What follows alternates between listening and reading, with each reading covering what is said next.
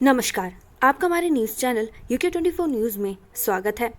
टिहरी बांध से प्रभावित 3 गांवों के लिए 100 करोड़ रुपए जारी, हर परिवार को मिलेंगे करीब 75 लाख रुपए। THDC ने टिहरी बांध से 3 गांवों के प्रभावित परिवारों के लिए 100 करोड़ की धनराशि जारी की है। सिल्ला, उप्पू, भटकंडा, लुणेठा और उठान के प्रत्येक परिवारों को 74.40 लाख रुपए मिलेंगे। टिहरी बांध प्रभावितों के पुनर्वास के लिए 100 करोड़ रुपए जारी। टिहरी बांध प्रभावित 415 परिवारों के विस्थापन के लिए केंद्र सरकार ने जनवरी 2021 में 252 करोड़ की धनराशि स्वीकृत की थी। यह परिवार कई सालों से विस्थापन की मांग करते आ रहे थे। सिंचाई मंत्री सतपाल महाराज ने इसके लिए विशेष पैरवी की थी।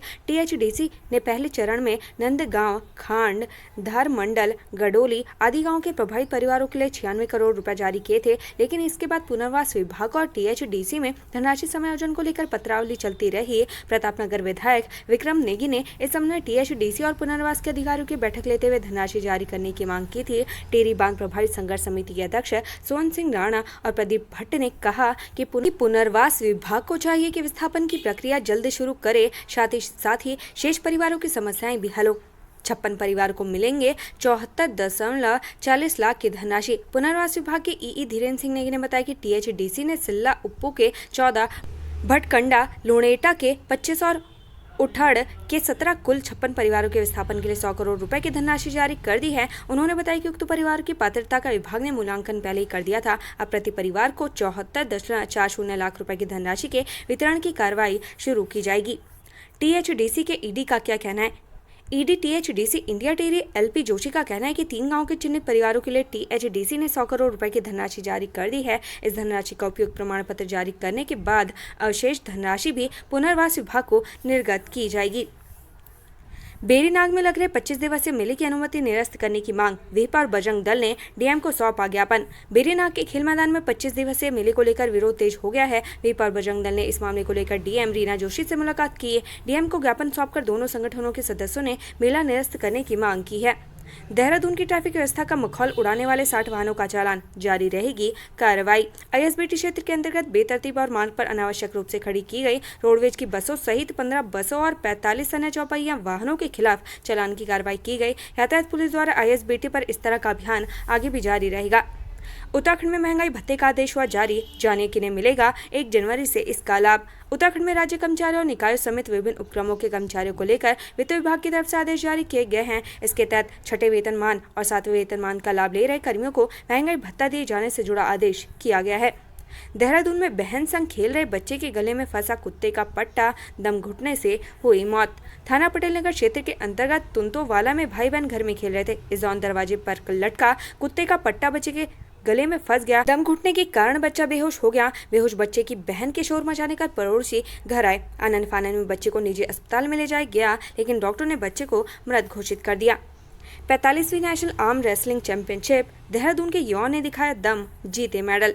जम्मू कश्मीर में इस बार 45वीं नेशनल आर्म रेसलिंग चैंपियनशिप हुई। इसमें उत्तराखंड के 2 युवाओं ने मेडल हासिल किए। आर्म रेसलिंग चैंपियनशिप में देहरादून के राजवीर सिंह गिल ने junior under 65 kilogram weight category में गोल्ड मेडल जीता। वहीं देहरादून के ही केशव भारद्वाज ने जूनियर अंडर 80 किलोग्राम कैटेगरी में ब्रॉन्ज मेडल जीता। उत्तराखंड में हेली कंपनियों ने दफ्तर पर GST छापेमारी, खंगाले गए कंप्यूटर, जरूरी दस्तावेज जब्त।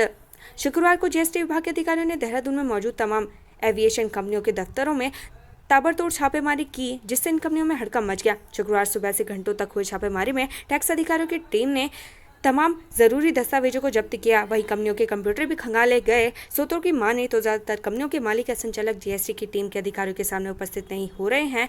उनके इस रवैये को देखते हुए GST की टीम इन दफ्तरों को सील करने की कार्रवाई कर सकती है। बता दें कि यह पहला मौका है जब GST टीम ने उत्तराखंड में एविएशन कंपनियों पर एक साथ इतनी बड़ी कार्रवाई की है। टैक्स अधिकारियों की माने तो उत्तराखंड में संचालित हो रही तमाम एविएशन कंपनियों द्वारा GST चोरी की शिकायतें लंबे समय से मिल रही हैं।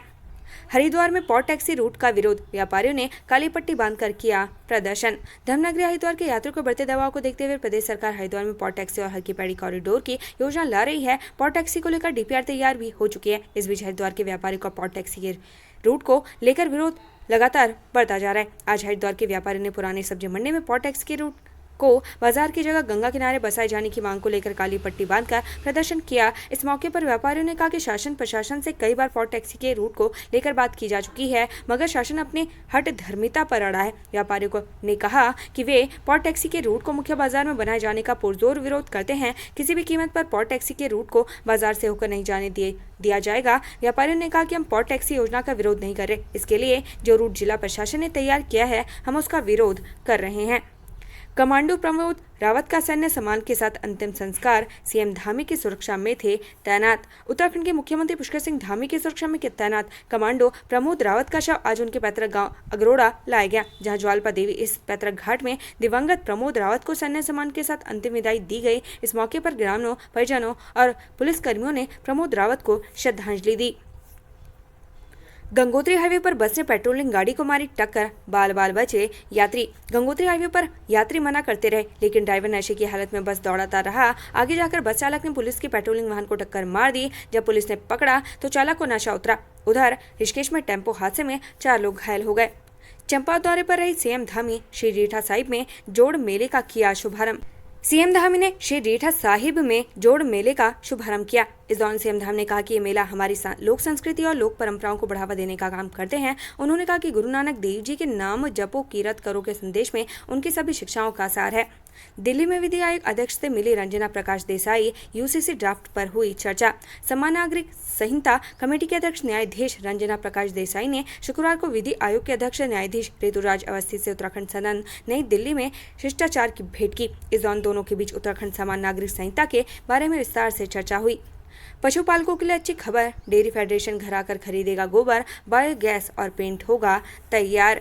उत्तराखंड डेयरी फेडरेशन से जुड़े पशुपालकों के लिए अच्छी खबर है। अब डेयरी समितियों से जुड़े पशुपालक अपने पशुओं के दूध के साथ उनका गोबर भी बेच सकेंगे। डेयरी फेडरेशन पशुपालकों को 1 से लेकर 2 रुपए प्रति किलो की दर से गोबर खरीदेगा। डेयरी फेडरेशन पीपीपी मोड के तहत खरीदे गए गोबर से बायोगैस, पेंट और जैविक खाद तैयार करेगा, जिसके लिए डेयरी फेडरेशन ने सितारगंज और हरिद्वार में प्लांट लगाया है। अल्मोड़ा के दन्या में सड़क हादसा, खाई में गिरी कार, 6 लोग घायल। काठगोदाम से दन्या जा रही कार सुआ खान और धसपड़ के बीच अनियंत्रित होकर गहरी खाई में जा गिरी, जिससे कार के परखच्चे उड़ गए। हादसे में कार सवार 6 यात्रियों की चोटें आई हैं, जिन्हें सीएससी धौला देवी में इलाज चल रहा है। वहीं गंभीर रूप से घायल एक लड़की को हायर सेंटर रेफर कर दिया गया है। बीआरओ की मेहनत रंग लाई। भारत चीन सीमा को जोड़ने वाला वैली ब्रिज से आवाजाही शुरू। आखिरकार भारत चीन सीमा और नीति व मलारी घाटी को जोड़ने वाले मलारी बुरांश वैली ब्रिज से आवाजाही शुरू हो गई है। सीमा सड़क संगठन के कर्मियों ने यह पुल तैयार किया है। वैली ब्रिज के तैयार होने के बाद बॉर्डर इलाकों पर बसे गांवों तक सफर आसान हो गया है। वहीं सेना को भी आवाजाही में सहूलियत मिल पाई है। रिश्वत मामले पर सख्त हुए सीएम धामी। 1064 पर शिकायत करने की अपील, अधिकारियों के भी कसे पेच। मुख्यमंत्री पुष्कर सिंह धामी शुक्रवार को हल्द्वानी पहुंचे, जहां पार्टी पदाधिकारियों और कार्यकर्ताओं ने उनका जोरदार स्वागत किया। इस दौरान मुख्यमंत्री ने अधिकारियों के साथ बैठक की। मुख्यमंत्री पुष्कर सिंह धामी ने कहा कि हल्द्वानी के समग्र विकास के लिए प्रधानमंत्री नरेंद्र मोदी ने 2200 करोड़ का पैकेज दिया है, जिससे शहर का समग्र विकास किया जाना है। इसके लिए सरकार निरंतर प्रयासरत है। 11 जून को होगी वन दरोगा भर्ती की लिखित परीक्षा, 5 जून से मिलेंगे प्रवेश पत्र। आगामी वन दरोगा भर्ती परीक्षा के लिए उत्तराखंड अधीनस्थ सेवा चयन आयोग ने कमर कस ली है। वन दरोगा भर्ती परीक्षा आगामी 11 जून को आहूत की जानी है, जिसके लिए 5 जून से आयोग की वेबसाइट पर परीक्षार्थियों के प्रवेश पत्र उपलब्ध करा दिए जाएंगे। बता दें कि दरोगा भर्ती परीक्षा पूर्व में गड़बड़ी के चलते रद्द कर दी गई थी। घंटालू प्रधान को फर्जी प्रमाण पत्र लगाना पड़ा भारी, डीएम ने किया बर्खास्त।